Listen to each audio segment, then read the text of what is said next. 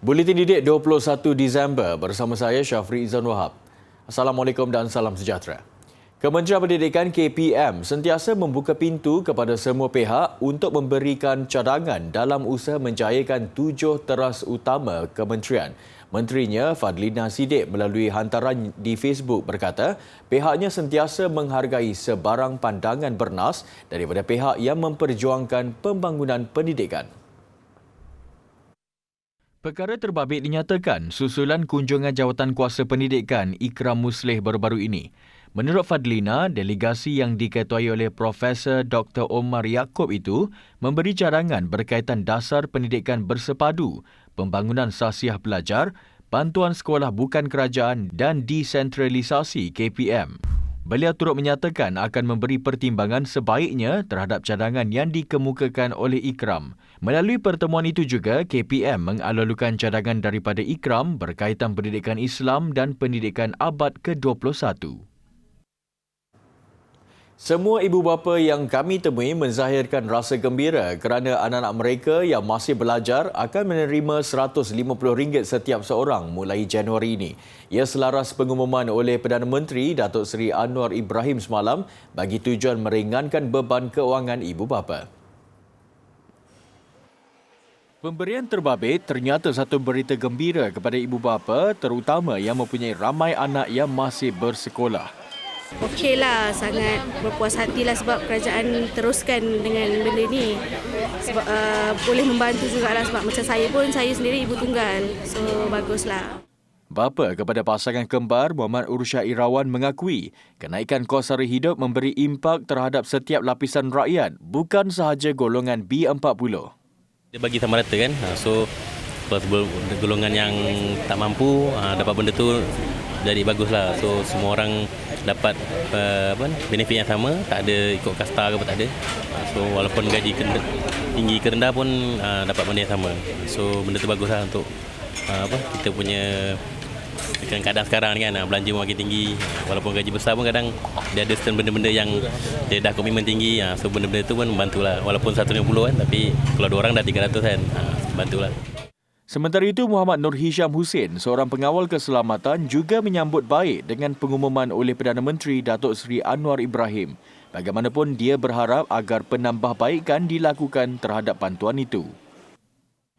Benda bagus, cuma PM baru ni patutnya dia ada buat tambahan sikit. Dia kekalkan yang lama tu bagus, tapi dalam keadaan ekonomi yang tak berapa nak okey, patutnya PM kena tambah sikit lagi. Sebab hari ni pun dengan 150 anak punya sekolah pun memanglah membantu, tapi nakkan lebih membantu rakyat dengan sekarang banjir, ekonomi ibu bapa pun tak berapa nak kuat. Patut PM kena bagi idea yang lebih bernas lagi, dia tambah lagi 100. Ibu bapa turut mencadangkan bantuan seperti ini turut dipanjangkan kepada anak-anak yang melanjutkan pelajaran ke Institut Pengajian Tinggi. Dia sebenarnya macam ni, depend pada berapa anak isi yang bersekolah kan. Macam akak 3 universiti, seorang sekolah menengah. Tapi maksudnya kelengkapan persekolahan tu memang terlalu tinggi lah, especially daripada IPTA sendiri. Kerajaan bersetuju menyalurkan bantuan awal persekolahan bernilai RM150 kepada semua murid tanpa mengambil kira had pendapatan ibu bapa pada Januari 2023. Menurut Perdana Menteri, langkah itu mengatasi isu generasi tercicir ekoran pandemik COVID-19. Ia juga sebagai langkah mempersiapkan murid dengan kelengkapan sekolah yang sewajarnya selain keperluan perbelanjaan bagi rancangan makanan tambahan RMT dan pembelian buku teks. Sekolah Kebangsaan ABI di Kangar Perlis menganjurkan kelas tambahan khusus kepada murid prasekolah sepanjang cuti persekolahan ini. Inisiatif murni itu bagi memantapkan penguasaan murid dalam mengenal huruf, seterusnya belajar membaca. Guru besarnya Nordin Abdullah berkata, 2 kelas tambahan yang dibuka adalah kelas Manjaku Sayang yang dikelolakan Cikgu Nur Yati Hashim dan kelas Didikku Sayang di bawah Cikgu Nur Atika Ismail. Kedua-dua kelas itu melibatkan murid pra-usia 5 dan 6 tahun. Kelas bermula pada 9.30 pagi hingga 12.30 hari pada Selasa hingga Khamis sepanjang cuti persekolahan ini. Walaupun tiada paksaan ke atas murid dan waris, namun kehadiran mereka ke sekolah memberangsangkan. Kehadiran 70% hadirlah. Setakat sekarang ni komitmen ibu bapa amatlah tinggi untuk kelas tambahan ni yang kami buat setiap cuti sekolah ni. Kita fokus dulu kepada bahasa Melayu. Kalau bahasa Melayu dah okey, dah saya pun puas hati, parents pun kata dah ada peningkatan, dah set saya tu dah tercapai sebanyak 12 set. So kalau murid tu waris kata nak minta untuk yang bahasa Inggeris, saya buatlah untuk bahasa Inggeris. Tapi bahasa Inggeris saya buat untuk yang asas sahaja, taklah macam perdana, sukatan perdana taklah. Maksudnya kalau prasekolah dia tahu words, simple sentence tu lah, macam baca ayat macam tu je. Asalkan dia tahu macam buku tu apa, book, macam tu lah. Difahamkan kelas tambahan turut dianjurkan pada hari persekolahan selama setengah jam setiap kali habis sesi pembelajaran. Ketika ini, kebanyakan murid pra sudah mengenal huruf dan boleh membaca. Mereka dimantapkan dengan penguasaan 3M, iaitu membaca, mengira dan menulis. Bahasa Melayu, BI.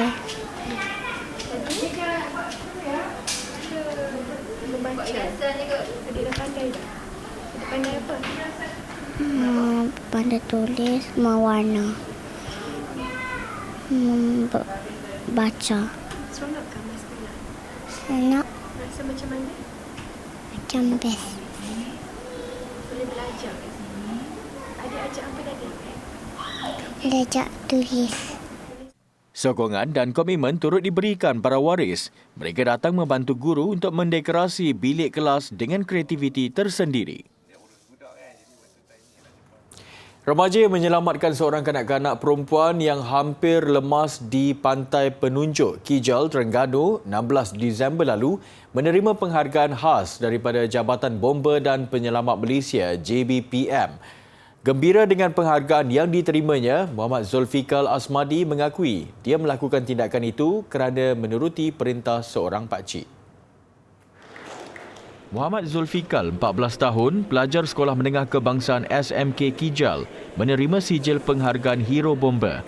Ia disampaikan oleh Ketua Pengarah JBPM, Datuk Seri Muhammad Hamdan Wahid dalam lawatan rasmi beliau ke Ibu Pejabat JBPM Negeri Sembilan dekat Seremban siang tadi. Menurut Muhammad Zulfikar, penghargaan itu memberi makna besar buat dirinya. Dia berharap anugerah itu menjadi pembakar semangat untuk dia terus membantu orang lain yang dalam kesusahan atau ditimpa bencana. Tengok lepak dengan orang-orang ke laut apa semua kan situ. Ayah ada situ tak? Ayah tak ada. Ayah tak ada. Ayah. Lepas tu ada orang dia macam orang panggil kata ada orang lemah. Lepas tu kita pergi lah ramai-ramai. Pergi tu sampai kat patah tu ada seorang pakcik tu kamu. Pergi ambil sapang. Lepas tu kita pergi lah 2 orang ambil sapang tu. Tu pun berlari lah kat sapang apa semua. Lepas tu kita kira pakcik tu suruh pergi kot. Pakcik tu tahu dah kita biasa lah main sapang ini. Rakaman video Muhammad Zulfikar cuba menyelamatkan kanak-kanak itu dengan mendayung sampan kemudian tular di media sosial. Ia mendapat pelbagai reaksi positif daripada orang ramai yang memuji keberaniannya bergadai nyawa demi menyelamatkan nyawa orang lain.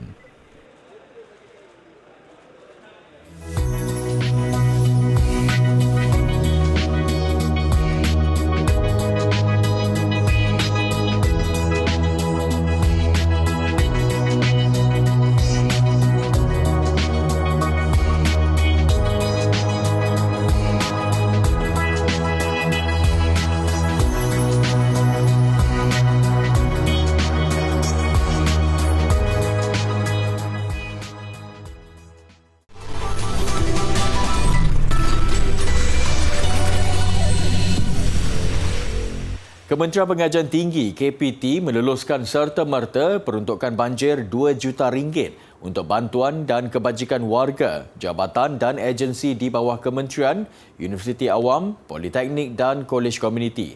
Menterinya Datuk Seri Muhammad Khalid Nordin berkata, setakat ini seramai 5,404 warga KPT termasuk pelajar institusi pengajian tinggi IPT terkesan akibat banjir. Datuk Seri Muhammad Khalid dalam satu kenyataan berkata, mereka yang terjejas merangkumi 5,268 pelajar dan 136 kaki tangan.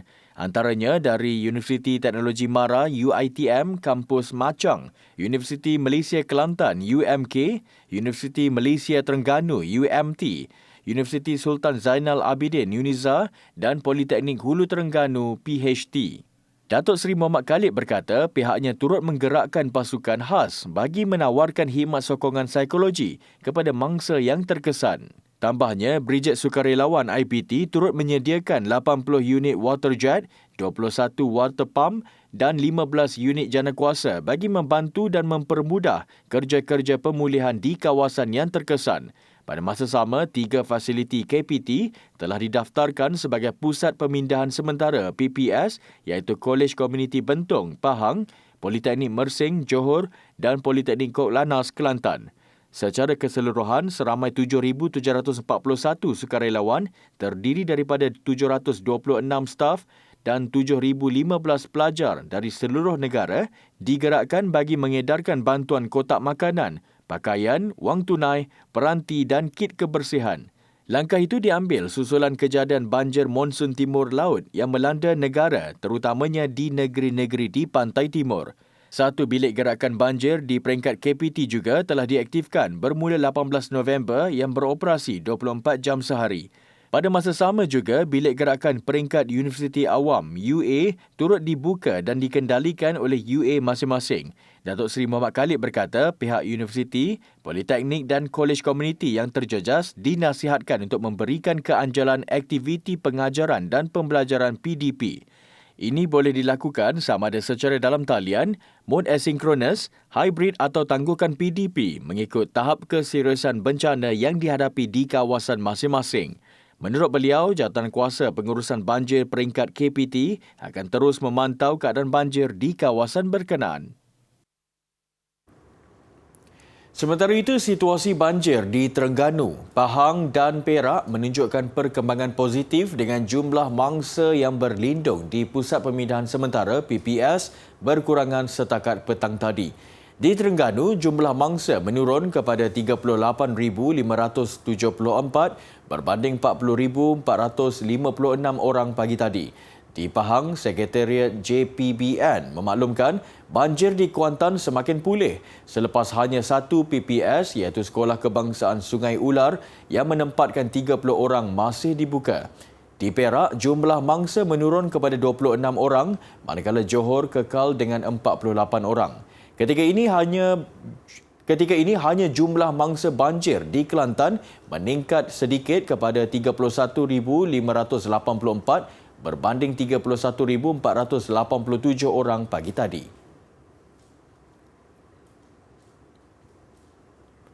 Sambutan ambang Tahun Baru 2023 pada 31 Disember ini di Dataran Merdeka Ibu Negara dibatalkan. Perkara itu diputuskan dalam mesyuarat Kabinet mengambil kira situasi semasa yang melanda negara. Oleh kerana keadaan banjir dan kesusahan rakyat, kita putuskan supaya sambutan besar-besaran ambang Tahun Baru 31 Disember di Dataran Merdeka ini dibatalkan. Pakej internet serendah RM5 sebulan memang murah dan yang lebih penting ia dijangka berada di pasaran mulai Februari depan dan membabitkan semua syarikat penyedia utama perkhidmatan telekomunikasi negara. Menteri Komunikasi dan Digital Fahmi Fazil berkata, langkah itu dibuat menerusi pakej perpaduan prabayar internet mudah alih. Syarikat yang akan menawarkan pakej itu ialah Celcom Digi, Maxis, U-Mobile, Telekom Malaysia, TM dan YTL Communications. Tambahnya, pakej prabayar ini ditawarkan pada harga RM30 dengan data 30GB untuk tempoh 6 bulan dengan kelajuan 3MB sesaat. Melalui langkah itu, pengguna bakal menikmati penjimatan harga sebanyak 50% berbanding pakej sedia ada iaitu daripada RM10 sebulan kepada hanya RM5 sebulan. Fahmi berkata pakej itu adalah pakej asas dan syarikat penyedia perkhidmatan dibenarkan untuk menawarkan nilai tambah dalam pakej itu.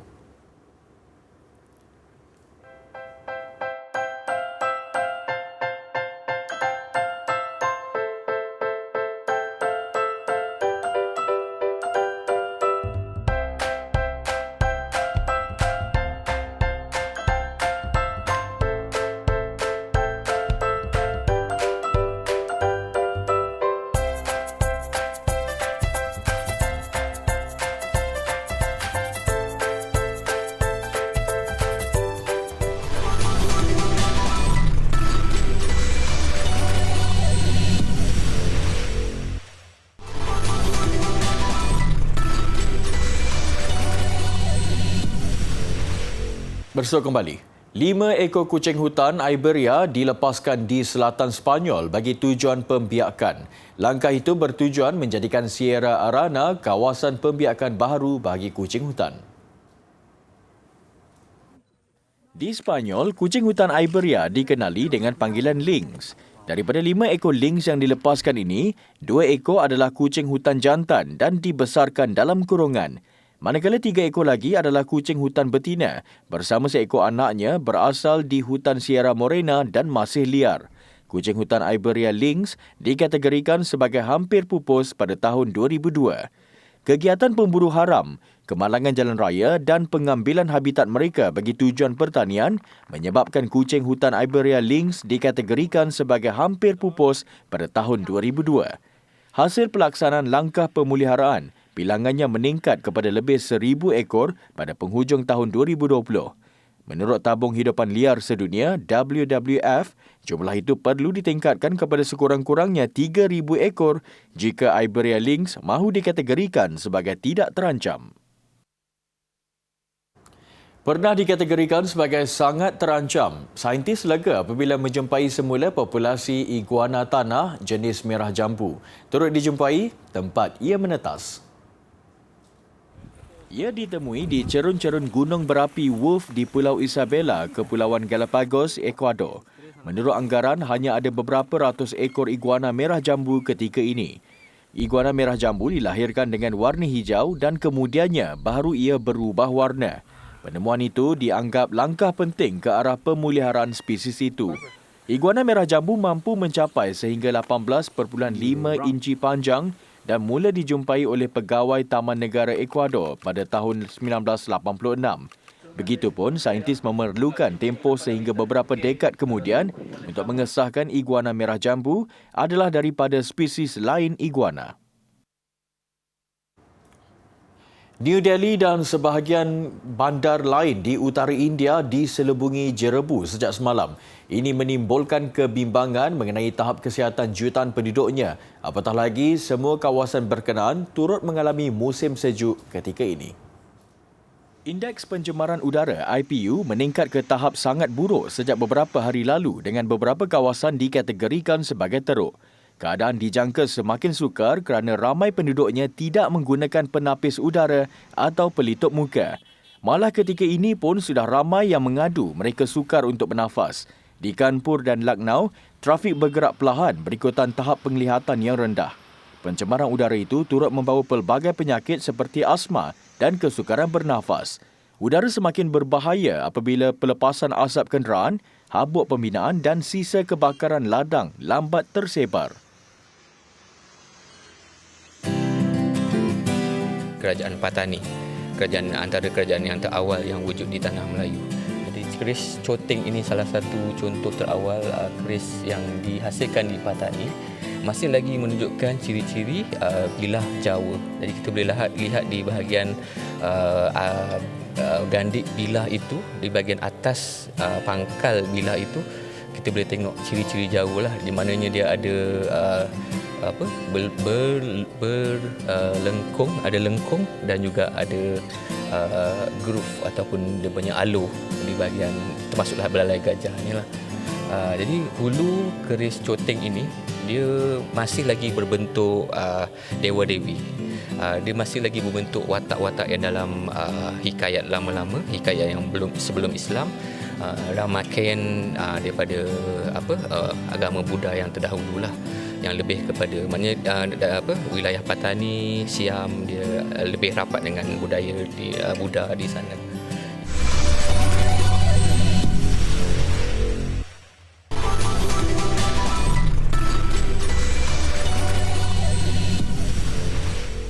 Sukan. Harimau Malaya memulakan saingan Piala AFF Kumpulan B menentang Myanmar hari ini.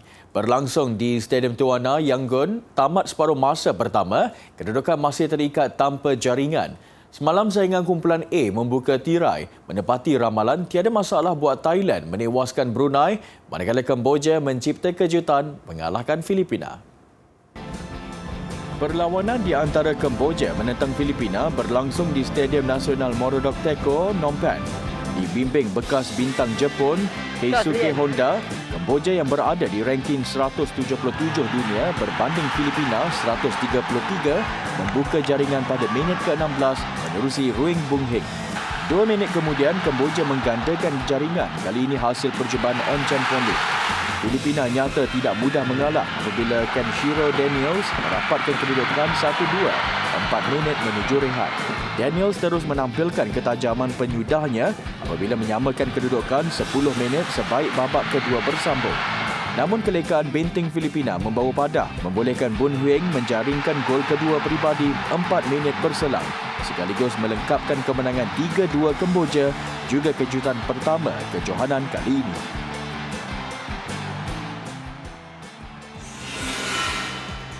Sementara itu, pada satu lagi perlawanan kumpulan A, juara bertahan Thailand bermula garang menundukkan Brunei 5-0. Beraksi di Stadium Bola Sepak Kuala Lumpur, Ceras, gawang Brunei bolos seawal minit ke-19 menerusi Bordin Pala. Seminit sebelum rehat, Thailand menambah jaringan menerusi tandukan Tirasil Dangda. Kekal sehingga 12 minit sebelum permainan tamat, gawang Brunei akhirnya bolos lagi apabila pemain pertahanannya Awangku Yura Indra Putra Pengiran Yunus tertampan bola ke gawang sendiri. 2 minit berselang, Yura Indra sekali lagi melakukan kesilapan menyaksikan Thailand dihadiahkan sepakan penalti. Peradol Chamrasamy menyempurnakannya untuk gol keempat Thailand. Ketika permainan memasuki masa kecederaan, percubaan menarik dari luar kotak penalti oleh Peradol melengkapkan kemenangan besar 5-0 Thailand. Persatuan Badminton Malaysia BAM melantik Nova Widianto sebagai jurulatih beregu campuran negara.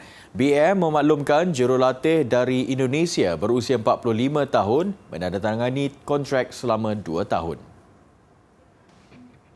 Nova akan melapor diri kepada pengarah kejurulatihan beregu Rexy Mainaki bermula bulan depan. Nova juara dunia 2 kali pada 2005 dan 2007. Selain pernah meraih pingat perak Sukan Olimpik edisi 2008 bersama gandingannya Liliana Natsir. Rexy yakin pengetahuan dan pengalaman luas dimiliki Nova sangat bermakna buat skuad kebangsaan. Malaysia kini memiliki 2 pasangan beregu campuran yang berada dalam kedudukan kelompok 10 teratas dunia. Mereka ialah gandingan Tan Kian Meng, Lai Pei Jing di kedudukan ke-5 dunia dan pasangan Goh Sun Huat, Shevan Lai nombor 9 dunia. Visual banjir khususnya di Terengganu dan Kelantan mengakhiri buletin didik. Kepada adik-adik, dengar nasihat ibu bapa dan jangan bermain air banjir. Saya Syafri Izan Wahab. Assalamualaikum dan salam hormat. Jumpa lagi.